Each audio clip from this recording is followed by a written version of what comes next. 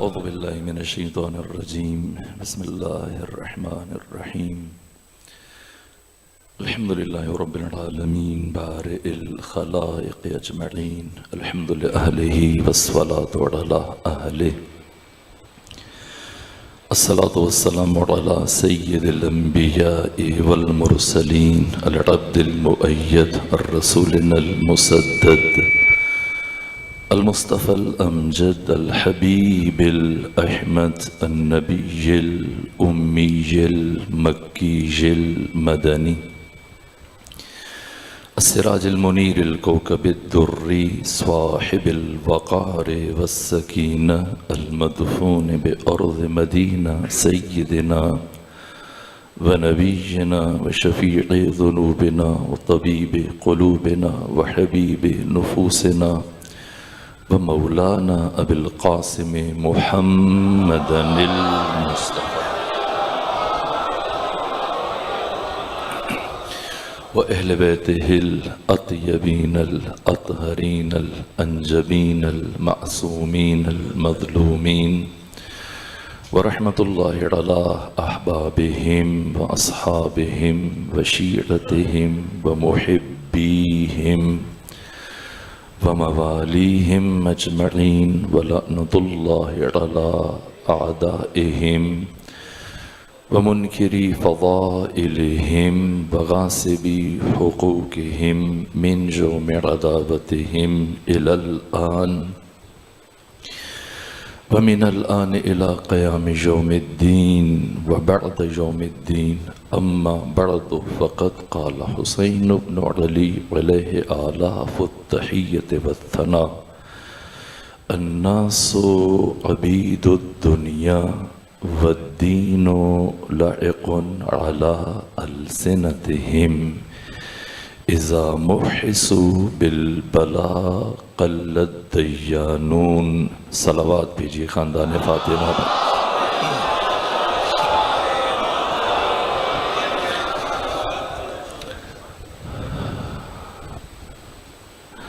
الناس عبید الدنیا، لوگ دنیا کے بندے. والدین لائق علی السنتہم، دین ان کی زبانوں پر رکھا ہوا ایک ذائقہ ہے. اذا موحسوا بالبلاء قل الدیانون، جب امتحان اور آزمائش میں مبتلا ہوتے ہیں تو پھر دیندار بہت کم رہ جاتے ہیں. یہ سوال جو آج اٹھایا جاتا ہے، اتنے اصحاب زندہ تھے، اتنے تابعین زندہ تھے، کیوں کوئی اور نہیں اٹھا، صرف 72 اٹھے؟ حافظان قرآن، قاریان قرآن، صحابی، تابعی. سید الشہداء نے اس سوال کا جواب 1400 سال پہلے ارشاد فرمایا، کیوں نہیں اٹھے؟ اور شاید مجھے نہیں معلوم مرحوم سلطان باہو کی نگاہ سے یہ کلام گزرا یا نہیں گزرا، لیکن ان کی زبان سے اس طرح کے اشعار جاری ہوئے کہ 18,000 جو قاری آہے کیوں سر سانگاں تے چڑھ دے ہو، جے کر مندے بیعت رسولی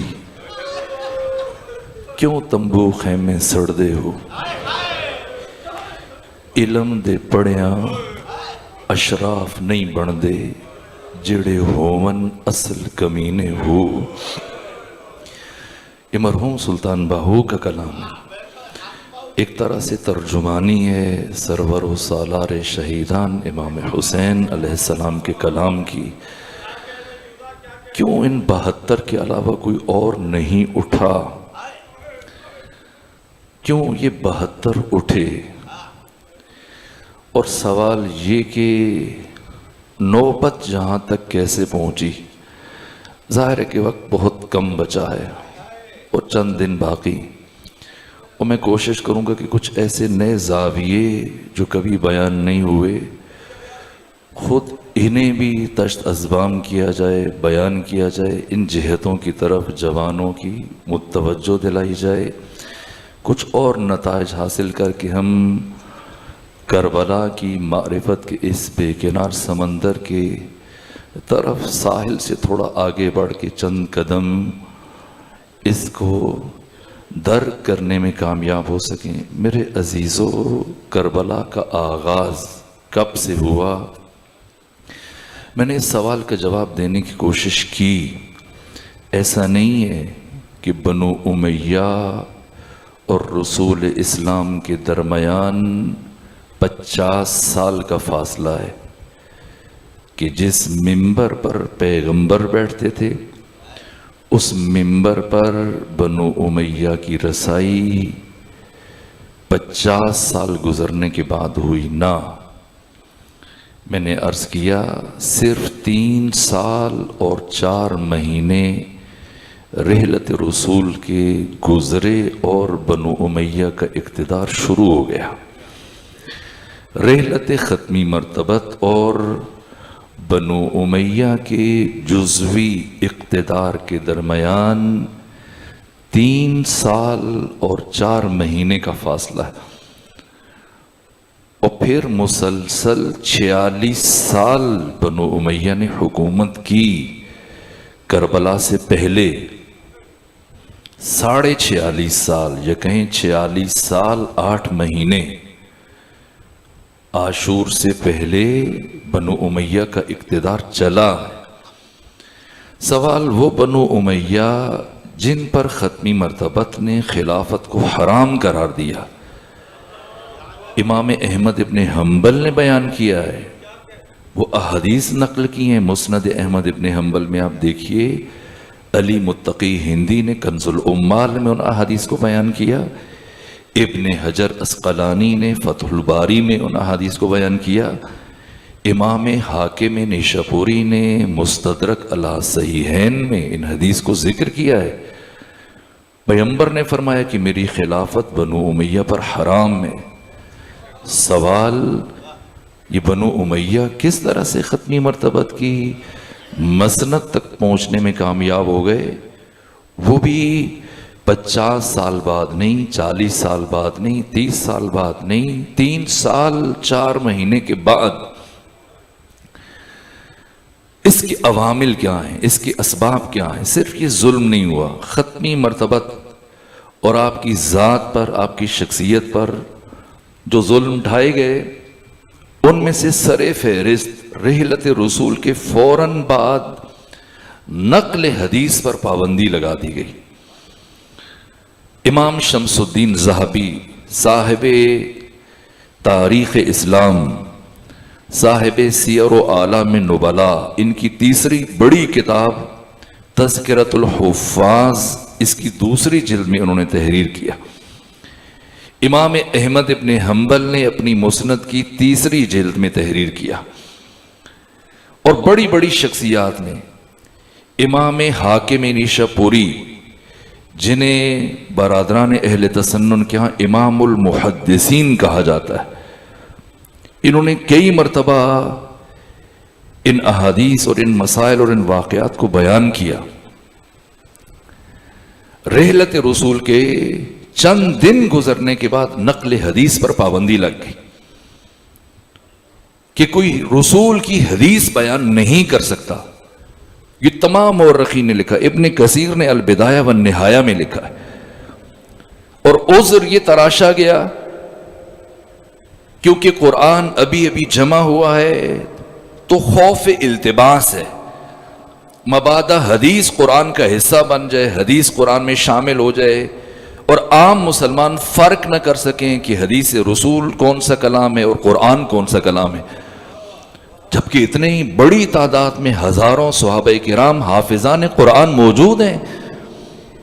مان لیں اگر قرآن کی ابھی تک باقاعدہ طور پر تدوین نہیں ہوئی، باقاعدہ طور پر لکھا نہیں گیا، تحریر نہیں کیا گیا، بالفرض یہ بات مان لی جائے، پھر بھی ہزاروں صحابہ کرام ان کے سینوں میں قرآن مجید حفظ ہے، محفوظ ہے، یاد ہے. پھر یہ عذر تراشی کے خوف التباس تھا کہ مبادا قرآن اور حدیث مخلوط ہو جائیں، کاتی پاتی ہو جائیں، پتہ نہ چلے کلام خدا کون سا ہے، کلام رسول کون سا ہے. اس لیے اپنی حکومت کے آغاز میں حزب حاکم نے جو سب سے پہلا حکم جاری کیا، نقل حدیث پر پابندی عائد کر دی، اور صرف اتنی تخصیص جاری کی اور اتنا استثناء جاری کیا کہ صرف وہ احادیث جن کا تعلق اعمال سے ہے، افعال سے ہے، حلال و حرام سے ہے، لوگوں کے روزمرہ کے امور، انہیں بیان کیا جا سکتا ہے. اور علامہ بیہقی نے دلائل النبوہ میں اور باقی محدثین نے یہ حدیث بیان کی ہے، یہ ختمی مرتبت کی پیشن گوئیوں میں سے ہے. غزوہ خیبر کی فتح کے بعد پیغمبر اسلام نے فرمایا کہ عنقریب میری احادیث کو بیان کرنے سے یہ کہہ کے روکا جائے گا. یہاں تک آقا نے فرمایا کہ اللہ کی بارگاہ میں جو حیثیت خود کلام قرآن کی ہے وہی حیثیت میرے کلام کی ہے. طہارت سے لے کر دیات تک یہ 56 کتابیں فقہی جن میں لاکھوں احکام بیان ہوئے، لاکھوں حلال و حرام بیان ہوئے، لاکھوں مسائل بیان ہوئے. قرآن کی 6236 آیتوں میں اگر آپ تکرار کو شامل کر لیں تب بھی آیات الاحکام کی زیادہ سے زیادہ تعداد 500 ہے. اگر آپ قرآن تک منحصر ہو جائیں تو پھر دین کے اس 99% حصے سے ہاتھ اٹھا لیں. قرآن تو جوامع الکلم ہے، قرآن تو اصول بیان کر رہا ہے. سنت نبوی، سیرت نبوی، حدیث نبوی یہ روح اسلام ہے. اگر احادیث ختمی مرتبت کو اسلام کے پیکر سے نکال دیا جائے اس کا مطلب اسلام بے روح ہو گیا ہے. پیکر اسلام سے، جسد اسلام سے روح کو خارج کر دیا گیا، نکال دیا گیا. لیکن یہ ہوا، یہاں تک کہ پھر اقتدار منتقل ہوا لیکن حکم باقی رہا. قرظہ بن کعب روایت کرتے ہیں کہ جب میں عراق کا مجھے گورنر بنایا حزب حاکم نے، خلیفہ ثانی نے، تو مجھے سرار کے مقام تک، اسے ابن ابی الحدید معتزلی نے شرح ناج البلاغہ کی 6 جلد میں، دیگر محدثین اور سیرت نگاروں نے لکھا ہے. قرظہ بن کعب انصاری صحابی رسول اللہ، وہ روایت کرتے ہیں کہ مجھے حاکم وقت نے، خلیفہ وقت نے بدرکا کرنے کے لیے میرے ساتھ چلتے ہوئے مدینہ کی جو آخری حدود ہیں سرار کے مقام تک آئے، جبکہ مجھے عراق کا گورنر معین کیا.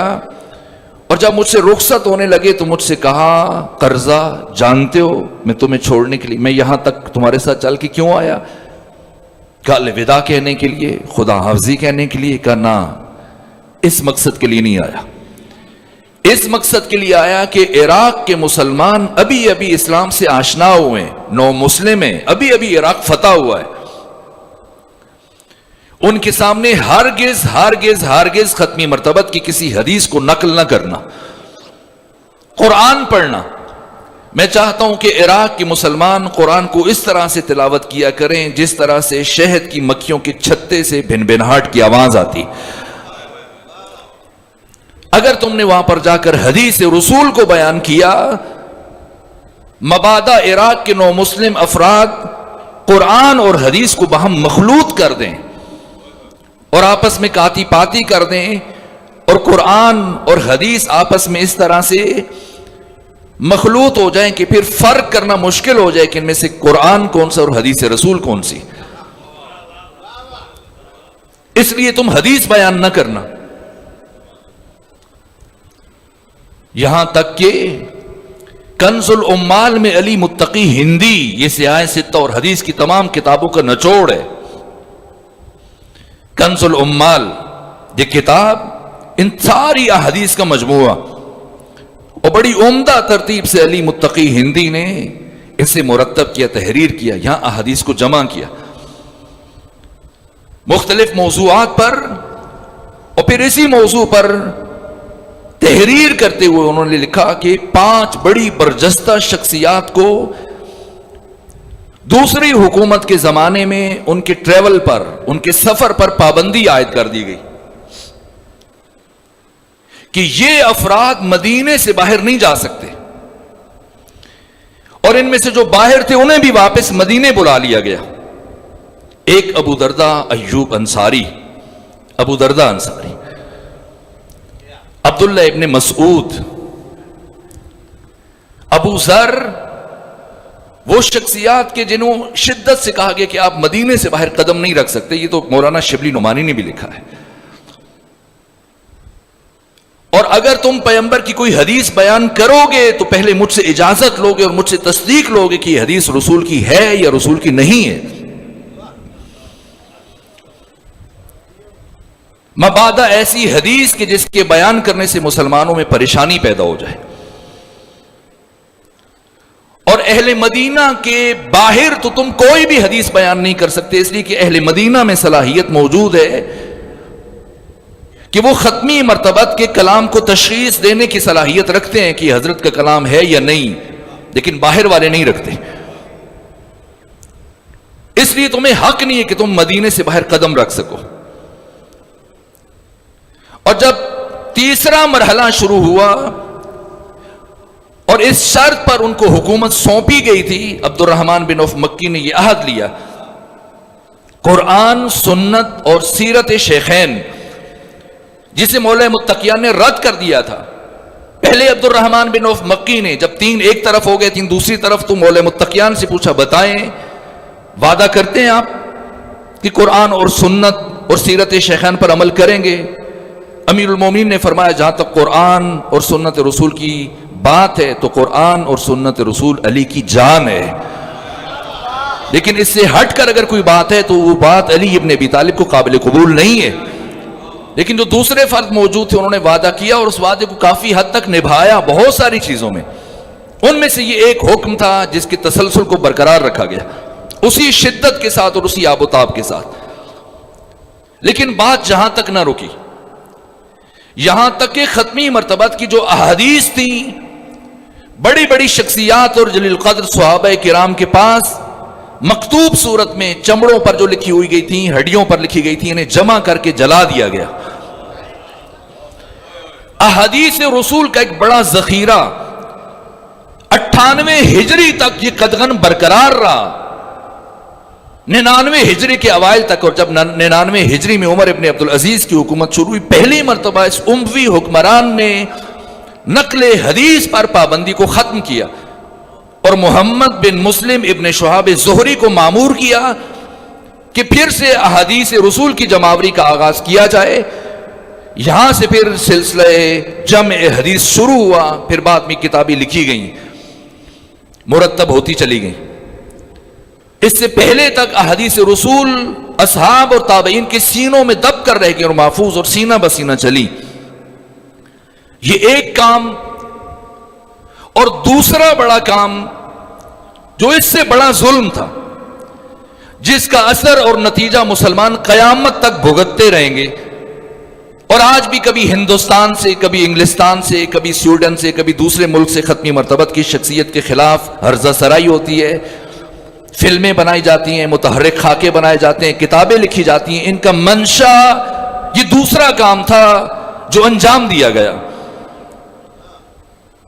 نقل حدیث پر پابندی کے بعد جو دوسرا بڑا ظلم ہوا امت مسلمہ پر اور اسلام پر، وہ جعل حدیث اور حدیث سازی کا کام شروع ہوا، اور یہ کام ایسے افراد کو مامور کیا گیا جن کا اسلام سے کوئی تعلق نہیں تھا۔ کہب الاحبار جو یہودی تھا، اسے یہ ذمہ داری سونپی گئی جو دن میں بیٹھ کر ایک دن میں 100 سے زیادہ احادیث گھڑتا تھا۔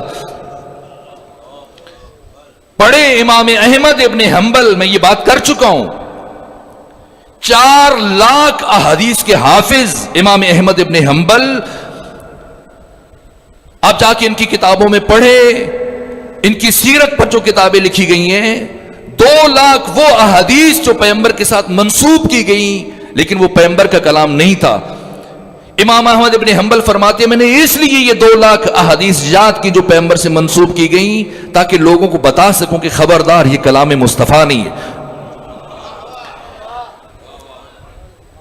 ان باتوں کو ختمی مرتبت کے ساتھ کس نے منسوب کیا؟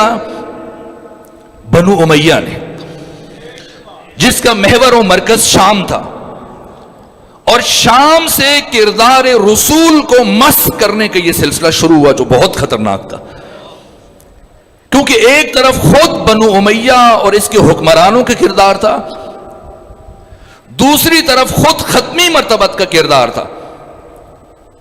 ان کی مجبوری یہ تھی کہ یہ اپنے کردار کو بلند نہیں کر سکتے تھے، اور دوسری طرف اب اسلامی دنیا میں یہ خود کو ختمی مرتبت کا جانشین اور خلیفہ کہلواتے تھے. اب خلیفہ اور مستخلف عنہ میں جہت مشترک اور کردار مشترک مطلوب ہے، اور وہ 180 درجے زاویے کا فرق ہے، بعد المشرقین ہے. اگر ختمی مرتبت کی سیرت لوگوں تک پہنچے، ان کا عمل، ان کا کردار، ان کی شخصیت، ان کا مقام، اور ختمی مرتبت کی مسند پر بیٹھے ہوئے ان افراد کو اگر دیکھا جائے، قہری طور پر لوگوں کے ذہنوں میں یہ سوال اٹھنے تھے کہ محمد مصطفیٰ جو اس کردار اور اس شخصیت کے مالک ہیں، ان کی مسند پر ایسے افراد آ رہے ہیں. اس فرق کو مٹانے کے لیے شب و روز ہزاروں جعلی اور من گھڑت احادیث کو ختمی مرتبت سے منسوب کیا گیا. اگر میں نمونے عرض کروں آپ سن نہیں پائیں گے، تحمل نہیں کر پائیں گے. اگر میں سیاہ ستہ سے یا بڑی بڑی جو کتابیں حدیث کے مجموعے ہیں اشارے کروں آپ کے لیے سننا تحمل کرنا ہو. میں نہیں چاہتا کہ میں اپنی زبان سے وہ کلمات ادا کروں جنہیں حدیث رسول کہہ کے ختمی مرتبت سے منسوب کیا گیا، اور آج تک مسلمان معاشرہ اس کی پاداش میں جواب نہیں دے پا رہا. جو ہندوستان سے ہمسایہ ملک سے کتاب چھپی تھی چند سال پہلے، جس کے لکھنے والے کو غازی علم دین شہید نے قتل کیا تھا عدالت میں، اس نے عدالت میں کھڑے ہو کے کیا کہا تھا؟ جج سے یہی کہا تھا کہ جو میں نے لکھا ہے یہ وہ ساری احادیث ہیں جو مسلمانوں کی کتابوں میں موجود ہیں، اگر ان میں سے ایک بھی بات میری طرف سے ہو تو مجھے یہیں پر پھانسی دی جائے، مجھے کوئی عذر نہیں ہے. ایسی بات سلمان رشدی نے کی. یہ خطرناک کام کب ہوا؟ عہد بنو امیہ. 40 ہجری سے لے کر 99 ہجری تک تسلسل سے یہ کام انجام پایا. ایک طرف شخصیت رسول کو مجروح کیا گیا، دوسری طرف شخصیت امیر المومنین کی اس درجہ کردار کشی کی گئی. خاکم بدہن. اگر 3 بر اعظموں کی کسی قریے یا شہر کے کسی خطیب نے جمعے کے خطبے میں علی سے اظہار برات نہ کیا اور حضرت کے اوپر لعنتان اور گالیاں نہ دی جائیں، اسے عہدے سے ہٹا دیا جائے،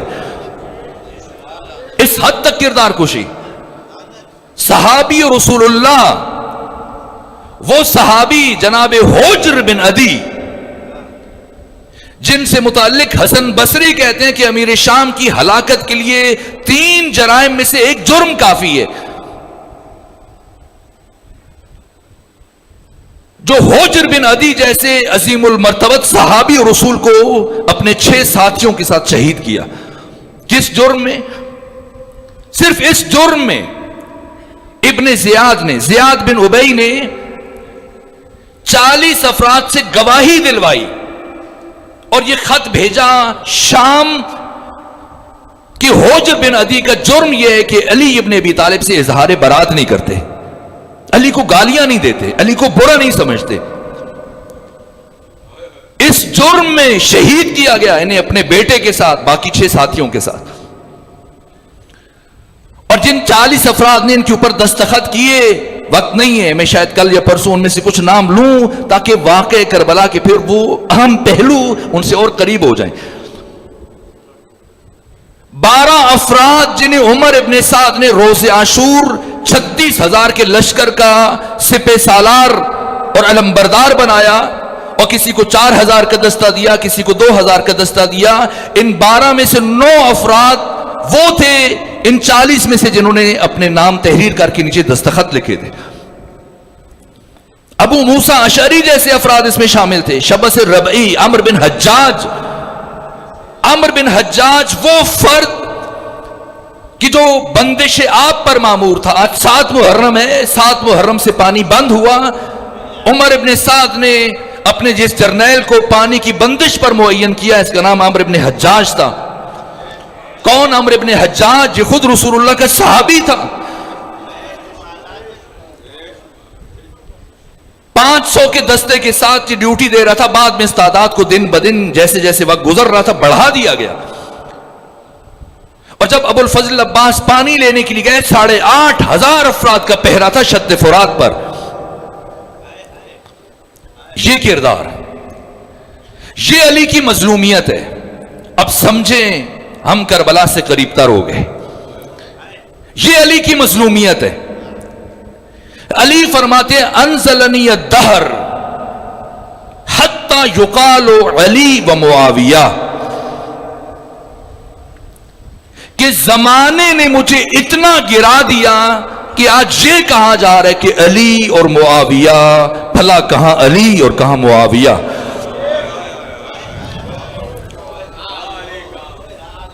آخر کیا ہوا؟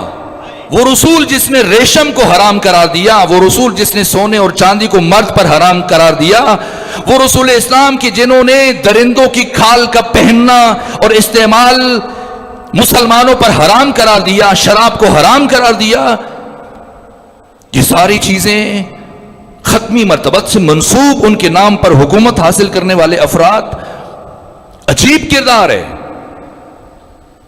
عجیب کردار ہے. ابن حجر اسقلانی نے جو بیان کیا حبیب السیر میں نے عجیب واقعہ دیکھا ہے. جو 6 گورنر کوفہ کے لیے معین کیے گئے ان 20 سالوں میں، 40 ہجری سے لے کر 60 ہجری تک 6 گورنر. وقت تیزی سے گزر رہا ہے، میں خلاصہ کروں، پچھلی بات سے یہ بات متصل کروں تاکہ ہم نتیجہ بھی لے سکیں. اب آپ ساتھ دیجئے تاکہ بچوں تک، جوانوں تک وہ بات پہنچ جائے. پہلی بات، آپ میرا ساتھ دیں اور بتائیں تاکہ مجھے بھی تسلی اور تشفی اور اطمینان ہو جائے. کل میں بہت جلدی بول رہا تھا، لیکن اب ساری گفتگو کا خلاصہ اور نچوڑ اور نتیجے تک ہم پہنچ سکیں. مروان بن حکم جو کئی سالوں سے مدینے کا گورنر تھا، امیر شام نے کیوں ہٹایا؟ اس لیے ہٹایا کہ یہ امام حسین کے ساتھ انتہائی زیادہ کینہ اور دشمنی رکھتا ہے، اور اس دشمنی پر ضبط نہیں کر پائے گا. اور جب امام حسین مدینے سے نکلنا چاہیں گے، یہ سد راہ بنے گا، رکاوٹ بنے گا، اور میرا کام خراب ہو جائے گا. جو میں نے نقشہ مرتب کیا، ترتیب دیا، وہ سارا بگڑ جائے گا. اس لیے جو کئی سالوں سے گورنر چلا آ رہا تھا اسے عہدے سے ہٹا دیا اور اپنے قریبی عزیز کو، اپنے بھائی کو گورنر بنایا. ولید بن عتبہ بن ابو سفیان، اسے گورنر بنایا. بس سادہ لو مورخین نے تحریر کیا کہ بڑا نرم خو تھا، بہت متحمل مزاج تھا. اس نے امام حسین کے ساتھ اچھا رویہ دکھایا اور کوئی تعرض نہیں کیا، آپ کو جانے دیا. نہ بات یہ نہیں ہے، بات یہ تھی کہ اسے مرکز کی طرف سے یہ ماموریت ملی تھی کہ کچھ بھی ہو تم نے حسین کے ساتھ نہیں الجھنا. جب امیر شام حج کے بعد مدینہ آیا دوسری مرتبہ 56 ہجری میں، 1000 ننگی تلواریں موجود ہیں. اس کے سپاہی جو شام سے اس کے ساتھ محافظ دستہ آیا تھا سب کھڑے ہیں، امیر شام بیٹھا ہے، اور یہ 4 افراد بھی موجود ہیں. عبداللہ ابن عمر، عبداللہ ابن زبیر، عبداللہ ابن عباس، حسین ابن علی اور عبد الرحمن بن ابی بکر. یہاں تک کہ جب یزید سے متعلق گفتگو شروع کی، امیر شام نے، امام حسین اٹھ کے کھڑے ہوئے، کہا اے امیر شام، تو آج یزید سے متعلق اس طرح سے گفتگو کر رہا ہے اور ایسے اس کا تعارف پیش کر رہا ہے اور ایسے اس کی فضیلتیں بیان کر رہا ہے جیسے اہل مدینہ یزید کو سرے سے جانتے نہیں ہیں اور ابھی تم آشنا کروا رہے ہو. بھلا کیا یزید کا کردار اور اس کا عمل کسی سے ڈھکا چھپا ہے اور تمہارا یزید جیسا بیٹا کسی تعارف کا محتاج ہے؟ اے امیر شام، تو جتنے جرائم کا ارتکاب کر چکا ہے، اگر ابھی تمہاری موت ہو جائے تب بھی تو خدا کی بارگاہ میں ان کا جواب نہیں دے پائے گا۔ اور اے امیر شام، اب تمہاری موت اور تمہارے درمیان بہت مختصر فاصلہ بچا ہے،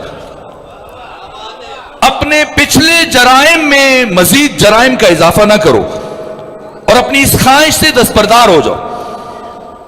یہ کہا امام نکل گئے۔ امام اٹھے، عبداللہ بن زبیر بھی پیچھے اٹھا، عبداللہ ابن عمر، عبد الرحمن بن ابی بکر، یہ 4 شخصیتوں کے بیٹے، 2 خلفاء کے بیٹوں کو امیر شام نے قتل کروایا۔ ایک خلیفہ اول کے فرزند کو عبد الرحمن بن ابی بکر پہلے 1 لاکھ درہم بھیجے، یہ قبول کریں۔ جناب عبد الرحمن بن ابی بکر نے جواب میں کہا کہ میں اپنے دین کو دنیا کے عوض نہیں بیچوں گا۔ وہ 1 لاکھ درہم واپس کر دیے۔ دوسرے خلیفہ سوم کے فرزند جناب سعید بن عثمان بن عفان کو، جو خراسان کے گورنر تھے، جب انہوں نے تھوڑی مقاومت دکھائی تو سعید کو بھی راستے سے ہٹا دیا۔ میں نے عرض کیا کیسے ہٹایا۔ دوسرے خلیفہ کے فرزند کو پہلے اس نے انکار کیا، لیکن پھر 1 لاکھ درہم لے کر تمام مورخین نے لکھا وہ خاموش ہو گئے۔ صرف امام حسین بچے، اور جب آپ رخصت ہو گئے تب پڑھیں تواریخ میں دوسرا جملہ جو کہا امیر شام نے، کہا کہ اپنے ساتھیوں کو پہلے سے اس نے سمجھایا ہوا تھا۔ وہ بولے، کہا امیر شام آپ نے ہمیں اجازت کیوں نہیں دی کہ ہم ان 4 کے سر قلم کر دیں؟ کہ میں کیسے اجازت دیتا جبکہ یہ 4 میرے بیٹے یزید کی بیعت کر چکے ہیں، جیسے انہیں بتایا گیا، پہلے سے ان کو آمادہ کیا گیا کہ انہوں نے تو مخفی بیعت کی ہے، ہم چاہتے کہ علنی طور پر بیعت کریں، اور اگر علنی طور پر بیعت نہیں کرتے تو ہمیں اجازت دیں کہ ہم 4 کے سر کاٹ دیں۔ کہ نہیں، یہ بڑے بزرگوار ہیں اور انقریب علنی طور پر بھی بیعت کر لیں گے۔ ٹھیک طریقہ کار تھا۔ آپ کربلا کے واقعے کو معمولی واقعہ نہ سمجھیے، اگر سادگی سے مطالعہ کریں گے، حسین اور یزید پر رکے رہیں گے تو بات سمجھ میں نہیں آئے گی۔ جب تک تاریخ کے اندر موجود ان واقعات کے تسلسل کو آپس میں بالترتیب اس طرح سے نہیں پڑھیں گے کہ آپ نتیجے تک پہنچ سکیں، اب کبھی بھی نتیجہ، وہ نتیجہ جو حقیقی نتیجہ ہے، اسے حاصل نہیں کر سکتے۔ یہاں تک یہ 6 گورنر جو کوفہ کے تھے، جنہوں نے برجستہ ترین رشید حجری جیسی شخصیت کو قتل کیا، کمیل ابن زیاد نخعی، وہ جس شخصیت کی سے منسوب آپ دعا پڑھتے ہیں، دعائے کمیل، انہیں شہید کیا۔ حجر بن عدی کو شہید کیا، عمرو بن حمق کو شہید کیا۔ اتنی برجستہ ترین شخصیتوں کو، میثم تمار کو شہید کیا، اور ہزاروں کی تعداد میں کوشش کی گئی کہ کوفے کو تشیع سے خالی کر لیا جائے۔ اور کس کردار کے حامل افراد کو حکومت دی گئی میں بیان نہیں کر سکتا، آپ تاریخ پڑھ لیجئے۔ ان 6 میں سے ایک فرد وہ ہے عبد الرحمن بن ام حکم، جو امیر شام کا بھانجا ہے۔ جن 11 افراد پر امام صادق ہر نماز کے بعد نام لے کے لعنت کرتے تھے، ان میں سے ایک عبد الرحمن بن ام حکم ہے۔ اگر میں صرف اس کے مظالم کو بیان کروں کہ جو اس نے اپنے عہد اقتدار میں کوفہ میں انجام دیا، شاید ایک گفتگو درکار ہو، کم سے کم ایک گفتگو درکار ہو۔